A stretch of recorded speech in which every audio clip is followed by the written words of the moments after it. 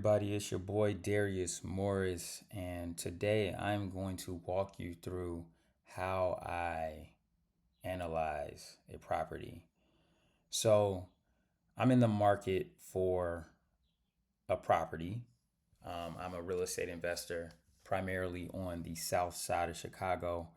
I own a couple of real estate multi units, and I also property manage for Airbnbs, short term rentals, mid-term rentals.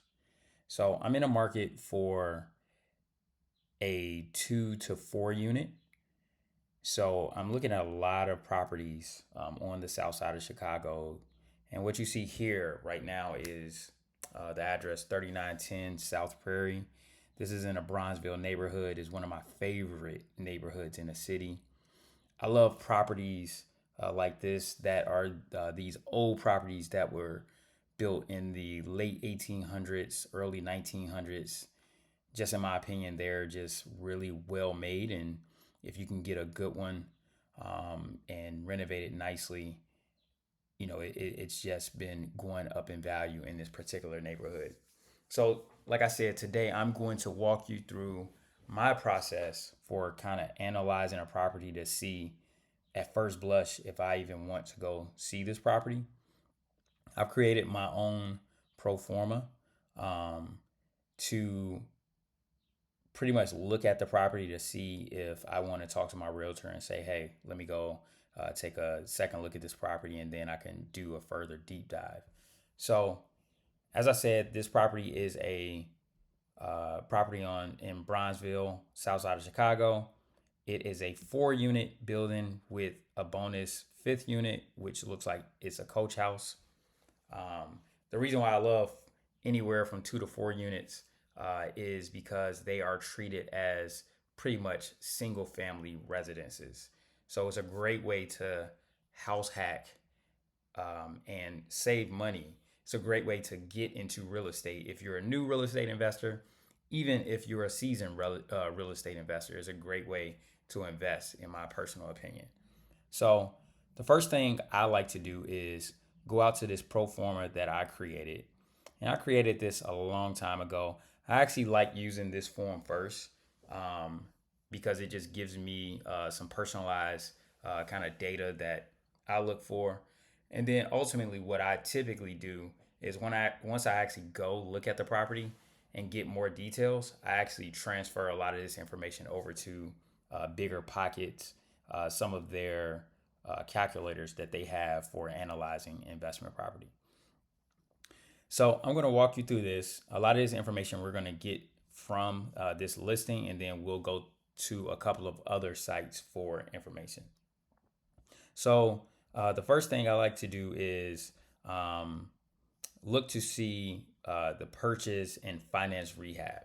So the purchase price of this unit, at least what they have it is 910,000. I'm not sure if there's going to be any rehab needed. I always assume there may be some rehab needed if it's not a full gut or if it's not a new residence. So I like to look at the pictures to kind of see what shape the building is in. That looks like the coach house back here. It looked like it's in pretty decent shape. A lot of the original wood. So it's not super updated, but it looks like it's been updated at some point. I'm not sure which units we're actually looking at. One of the other things I like to look at when I'm looking at these pictures is I really like to have uh, central AC and central heat in my buildings. So I'm always looking for whether or not, there are radiators in these pictures because just to switch over to that is an extreme cost and something that you would have to factor in. I'm guessing that this is the coach house because they mentioned in the description that the coach house is would need to be rehabbed. All right, so the pictures look good. To me, it looks like there's not, I can just walk in from day one and not really have to do rehab. I'm sure there's things here or there that I would have to do. So for right now, I'm going to put the purchase price here on my pro forma is 910,000.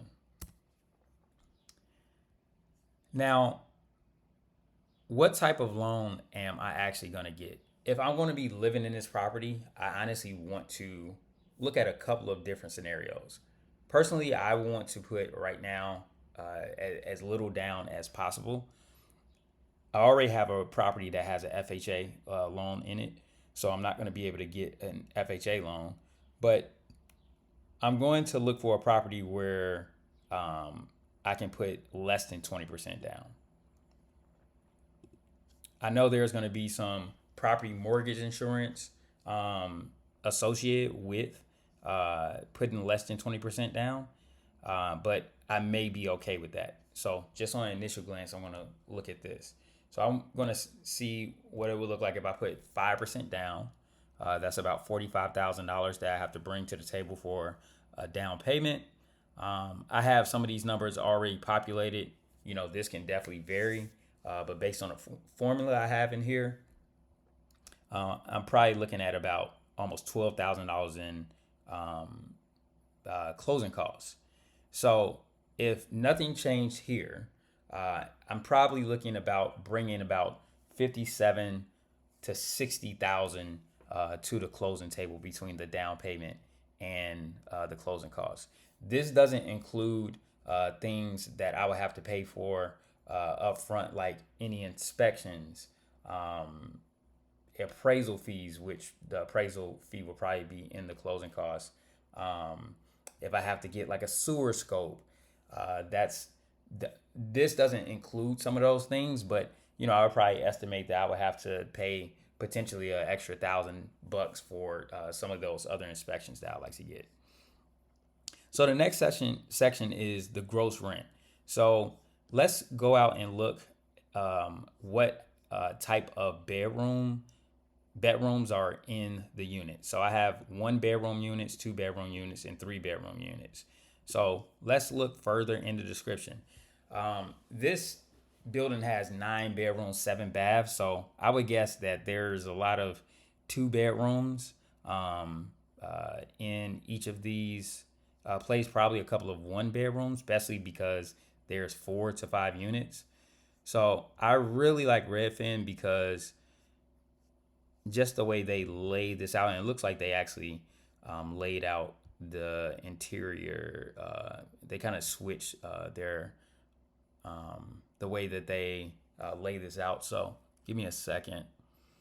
Okay, so this is really good. So there's 4 washer and dryers, dishwashers.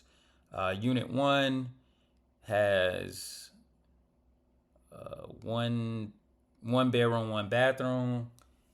Unit 2 has 2 bedrooms. It looks like 1.5 bathroom. Unit 3 has 2 bedrooms, 2 bathrooms. Unit 4 has 2 bedrooms, 1 bathroom. And then unit 5, this is the potential unit, the 5th unit, which would be the coach house. They're saying that this could potentially have 2 bedrooms and 2.5 baths. So what I like to do here is, okay, based on this, there's at least 1 unit with 1 bedroom.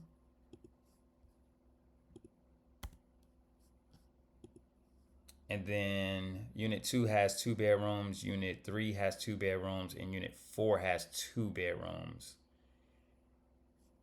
I'm going to probably do the pro forma without adding that 5th unit because I just want to see how it cash flow if I decided not to do the 5th unit. So that's 3 of the 4 apartments have 2 bedrooms. And they're saying that the monthly rent, and this may be all hypothetical. I don't know if they actually have tenants in here right now, but they're saying the monthly rent for this 1 bedroom is anywhere from $1,300 to $1,350. That sounds about right to me. So I'm gonna go ahead and put $1,350. So if I was able to have a tenant in this unit for the entire year, they're paying on time, basically my gross rent for that unit would be 16,200. So let's look at the 2 units. They're saying the 2 units could rent from anywhere from 17. I'm sorry, the 2 bedrooms can rent anywhere from 1750, 1700, 1875. I'm just gonna go conservative there and say uh, probably 1800. I just know in this area and just kind of looking at the shape that this place seems to be in, I think 1800 is like the sweet spot. I have a couple of other units. There are 2 bedrooms where I'm renting those out for anywhere from 1700 to 1900. So that just feels about right to me. So between those 3 units, if they all rented for 1800, I would make a gross rent. This is before any expenses of 64,800. So adding up all 4 units, my gross rent would be $81,000. Now, there is not going to be any laundry income for this building because there are laundry washer and dryers in each of the units. But if there was laundry income, I could put it here. Let's just say $1,000. Well, not per month. This is per month column. So let's just say $50 per month, which would be $600 a year. But I'm gonna go ahead and put 0 there. So vacancy happens. Sometimes you have someone move out. You have to repaint. You have people not paying rent. You have people that you may have to evict. I like to be a little bit conservative. I'm pretty conservative when I actually do a lot of these pro formas because I want to see like worst case scenario. Will this property cash flow? So I'm going to put 8% vacancy for this unit. If this unit was vacant 8% of the time, or any of these units, that would basically cost me about $6,500. So that reduces the net revenue by $6,500. So I have the gross potential rent at 81,000. When you subtract the vacancy rate, we're talking about potentially $75,000. All right, so now this is where we get into the expenses, this section here. So I personally manage all of my properties. However, in the future, if I wanted to have someone else manage my properties, I like to underwrite that expense in just to see what the cost would be. So typically, I would say property management fees are probably anywhere from 8 to 12% in this area.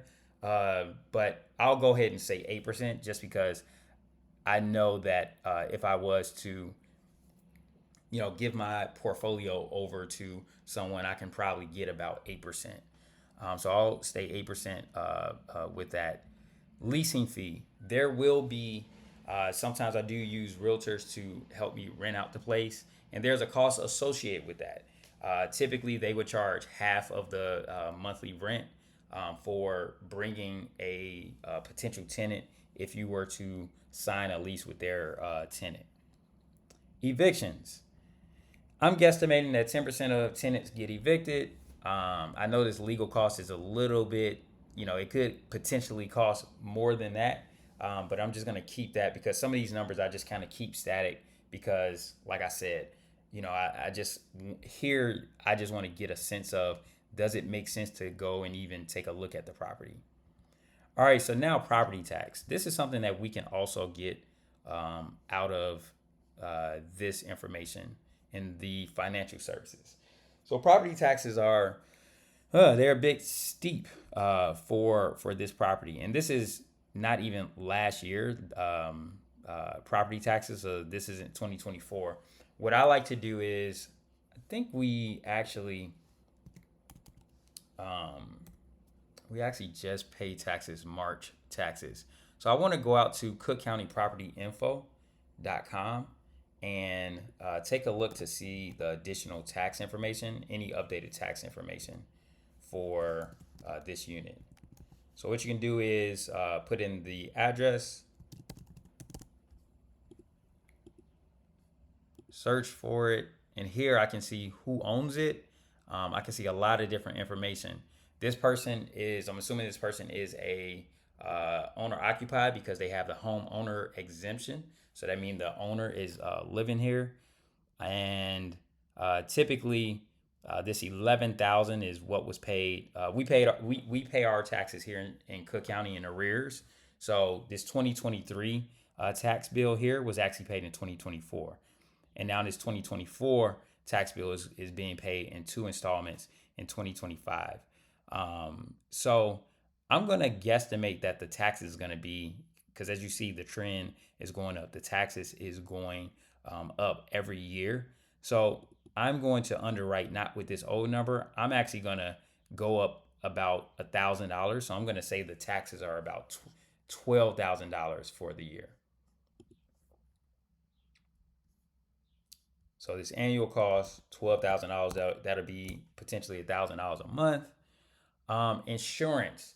Now insurance on these buildings are expensive. So I have a 3 unit, and this is a 4 unit. I have a 3 unit that's pretty much laid out almost the exact same way. It has the exact same stone as in the same neighborhood, and I believe without having the numbers in front of me, I'm paying about $3,000 for that um, for that policy.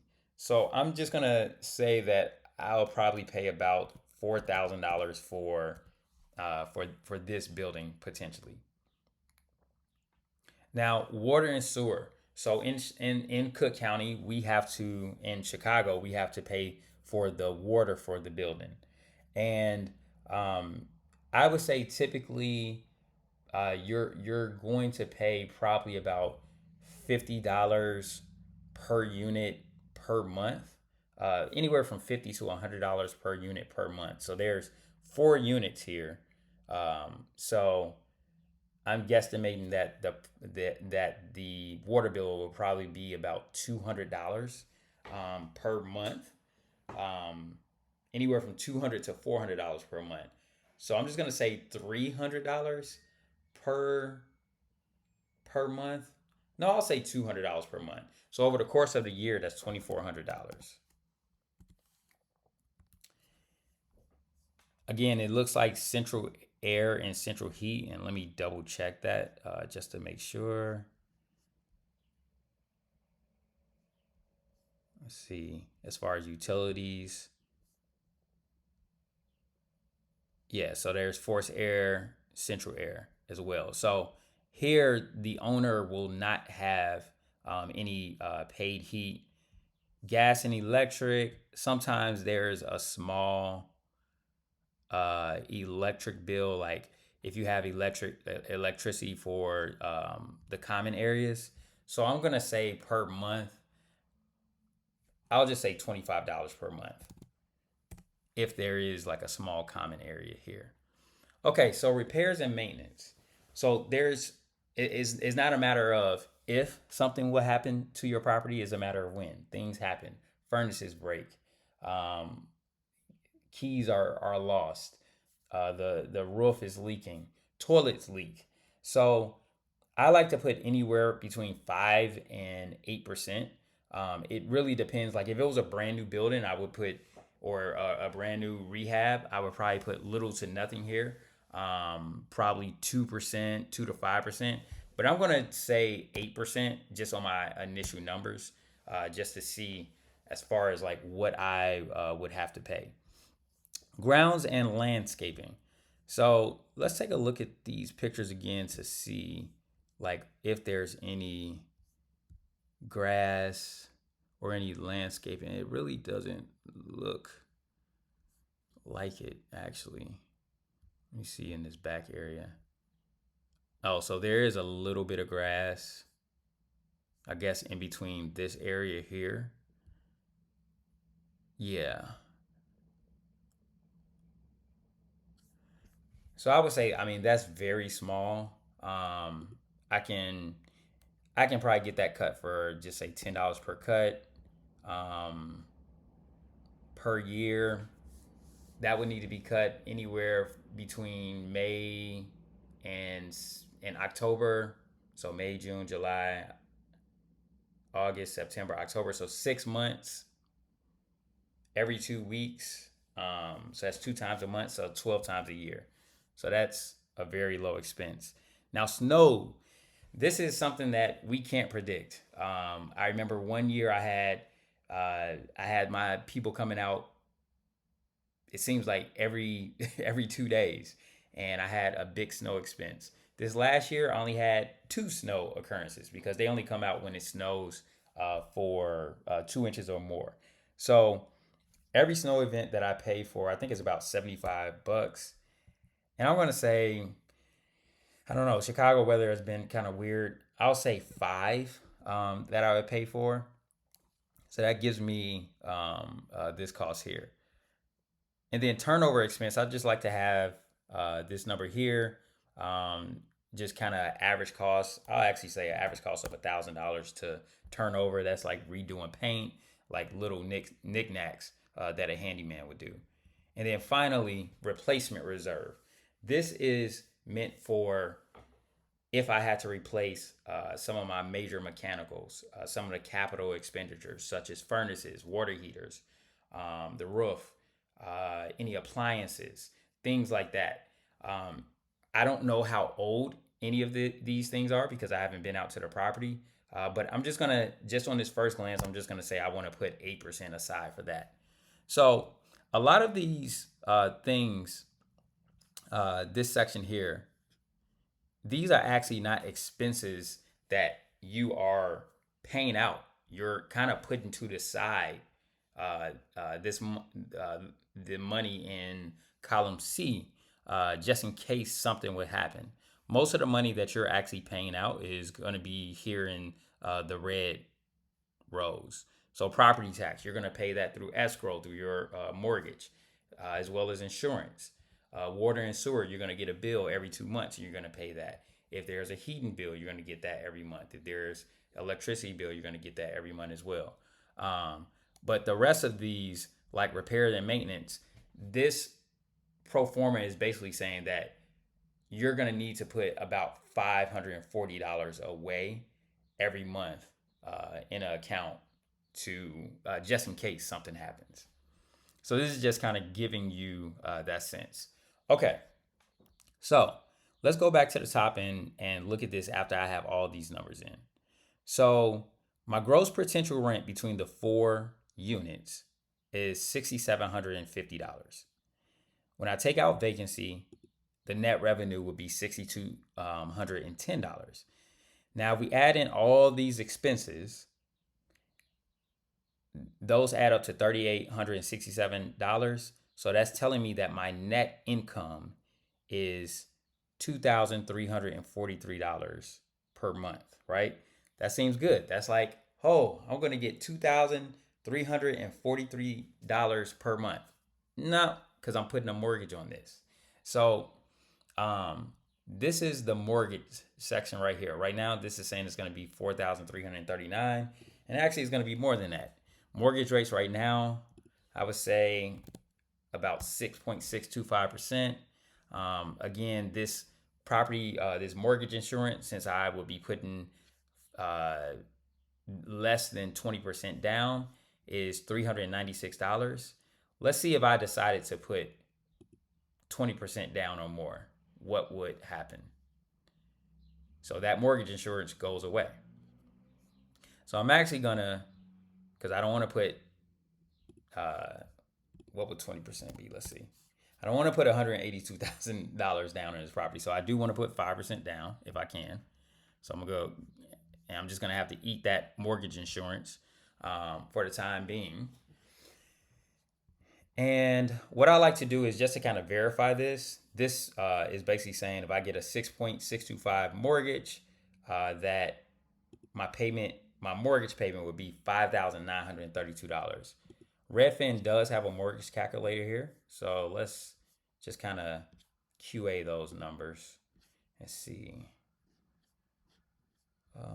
Okay, so if I put 5% down, let's change this to 6.625.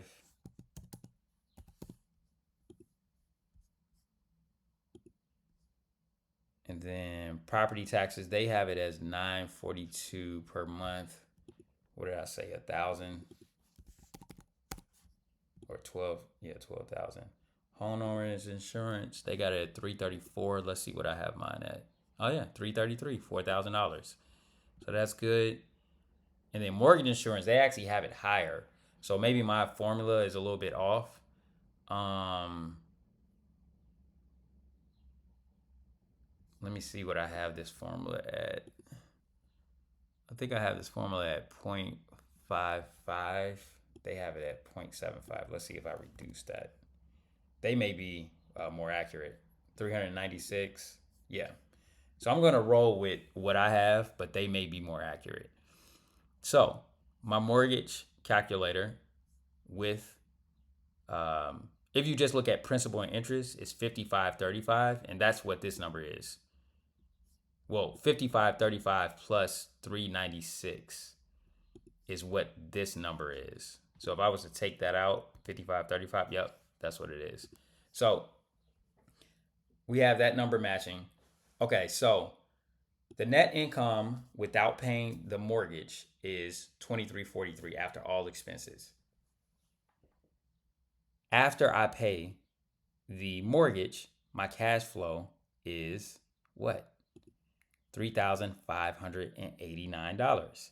So, is this a good deal or not? So, remember I said, hey, I'm not going to add this fifth unit. Let me go back and maybe tweak some things. I don't want to actually try to make this deal work, but I do want to change some things just to see, if this deal could still work for me. Because cash flowing basically in a negative $3,500 definitely does not work for me. The cap rate, which basically tells you what I would, what my percentage investment would be. The Basically it tells you what my net return would be if I paid 100% cash for this. It's only 3%. That's way too low. I typically try to get 8% is what I look at. I look at, okay, I can get 8% in the stock market. If I put this money towards the stock market, I at least want to get that in real estate. So I'm going to go back up here and look at if I were to actually do the rehab and create this fifth unit. They're saying monthly of 1,900. I'm going to say I'm going to be conservative and say 1,800 just because it is a coach house. But hold on, let me take a second look at it though, because it does have that second bathroom that the other units don't have. And this might be a pretty large coach house, but it's still a coach house. You know what? I'm gonna go with 1,900 just to see if I was to renovate that. No, I'm gonna go with 1,800. So I'm gonna add a fourth unit, 1,800. However, now I'm going to potentially have rehab costs because it's going to cost money to get that 1,900. It's going to cost money to actually, renovate the coach house. So this will mean that I have to bring more money to the table. Let's just say if I unfinance that, I didn't finance that rehab cost. I have some additional money on the side, and let's just say I paid. This may be super low. I don't know. $40,000 to to rehab that. I'm gonna say like 20,000 actually, because it's a coach house. Okay. So now I have to bring 77,000 to the table. I did add a fourth unit, so that actually increased my gross potential rent. These expenses will likely remain about the same. And it still doesn't cash flow. It actually pushes, this up from 3.1 to 4.4. So for me, I don't know. Like for me, like this isn't a good deal in my opinion for me. Um, what this is telling me, based on the ROI, and I try to aim for 8%, like I said, an 8% cap rate. That's telling me I need to basically buy this property at 509,000, 510,000. If I was to do that, let's just see, $400,000 off. Let's just see what the numbers would be, and it barely cash flow with this. So I'm actually going to let me go back there. It's unrealistic to think that I would get this property at 510,000. Um, but yeah, so I probably maybe I would go still look at the unit. Maybe I can get more for these units. The only way that this will work would be if I was to, let's just say, reduce some of this stuff. Say I went and saw the property and it's in much better shape than I thought it was. The only numbers that are really going to change is probably, you know, the repairs and maintenance, which I don't feel super comfortable doing that. But let's just say I go down to 5% and 5% for the replacement reserve as well. Let's just say I also go down to 5% for vacancy because this area is getting much better. And then let's just say I feel very strongly that I can get, I don't know, 1900 for each of these units. So now that pushes some expenses down. That pushes um, the rent up, and we're still uh, cash flowing. Well, not cash flowing. We're still in the red. This cap rate number is coming up though. And let's just say I want to just try one more thing. Let's just say I can negotiate, which I don't think this is a very hot area. I think someone will purchase it for around that price. It's only been on the market, I believe, for like a week or so. But let's just say I can negotiate it down to 885 because this is going to be a property that I'm looking at. If the property drops, it sits on the market, I will be intrigued. So yeah, even with 885, this property is just too expensive for me. One of the things why it's hard now is because of the interest rates. Honestly, you know, 4 years ago, the interest rates were in the twos and threes. Let's just see what happens if I was to buy that property for 3.625 and look at it. It actually cash flows. There's instant cash flow just because of that. So I would say, this is probably a property that I wouldn't go and see. I would just, go and look for another property.